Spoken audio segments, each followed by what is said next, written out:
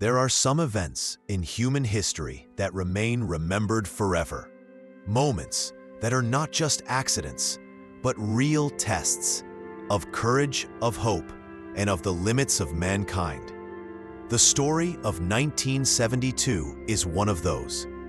The icy peaks of the Andes, the never-ending cold, and a fight for life under the shadow of death for 72 long days.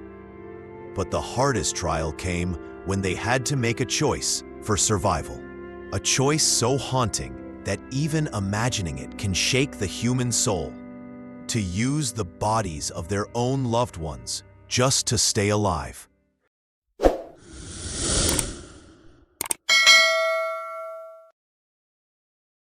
On October 13, 1972, a Fairchild FH-227D aircraft of the Uruguayan Air Force took off from Montevideo to Chile. There were 45 people on board, members of the Old Christians rugby team, along with their friends and family. It was supposed to be a simple trip for a friendly match, but it turned into one of the most extraordinary survival stories in the history of the world. At first, the flight was completely normal.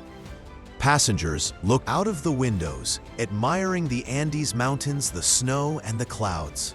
But as the plane neared the mountains, the weather changed rapidly. Thick clouds covered the sky. Visibility became almost zero.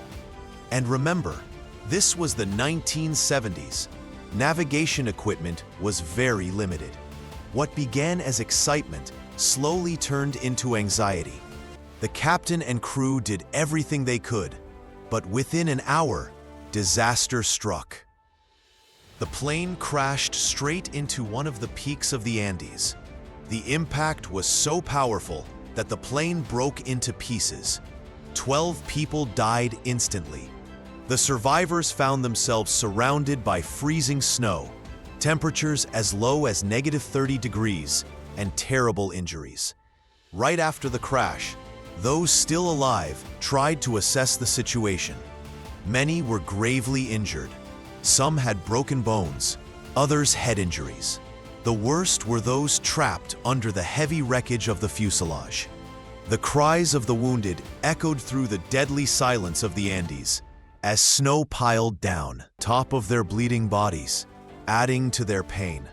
Those with fewer injuries desperately tried to pull their friends and teammates out from twisted metal and heaps of snow. It was a scene that could shake the deepest core of the human soul. People saw their loved ones die, crushed under the wreckage, unable to save them. And night began to fall quickly. The howling winds, the piles of snow, and the -30 degrees Fahrenheit. Cold threatened to end their lives before the first night was over. The exhausted survivors realized that without shelter, this night could be their last. So, using the wreckage of the plane, they built a makeshift shelter. And to fight the deadly cold, they relied on nothing but each other's body heat. But the real struggle was food and water. They had only a few biscuits, a bit of chocolate, and some wine, all gone within days. For water, they melt in snow, but every passing day, starvation, frostbite, and injuries weakened them further.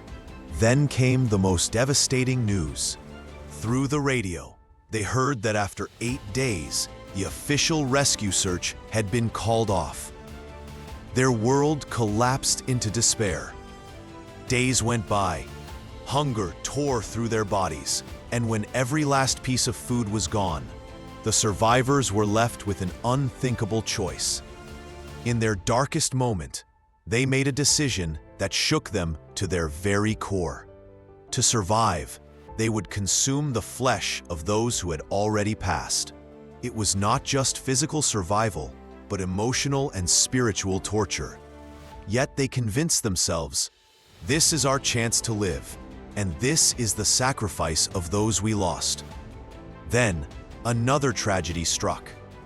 One night, a snow avalanche buried their shelter. 8 more lives were lost. Now, only 19 remained.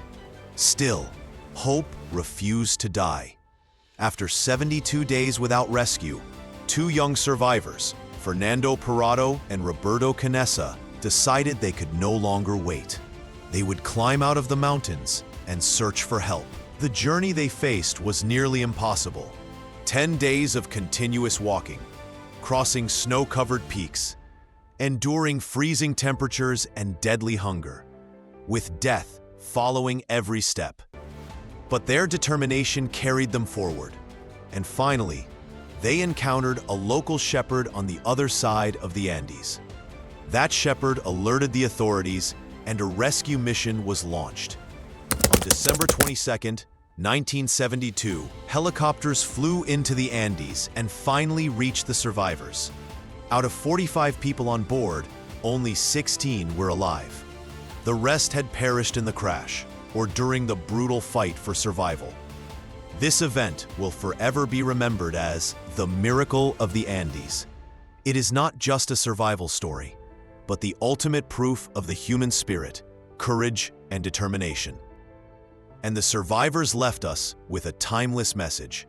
As long as hope is alive, mankind can make the impossible possible.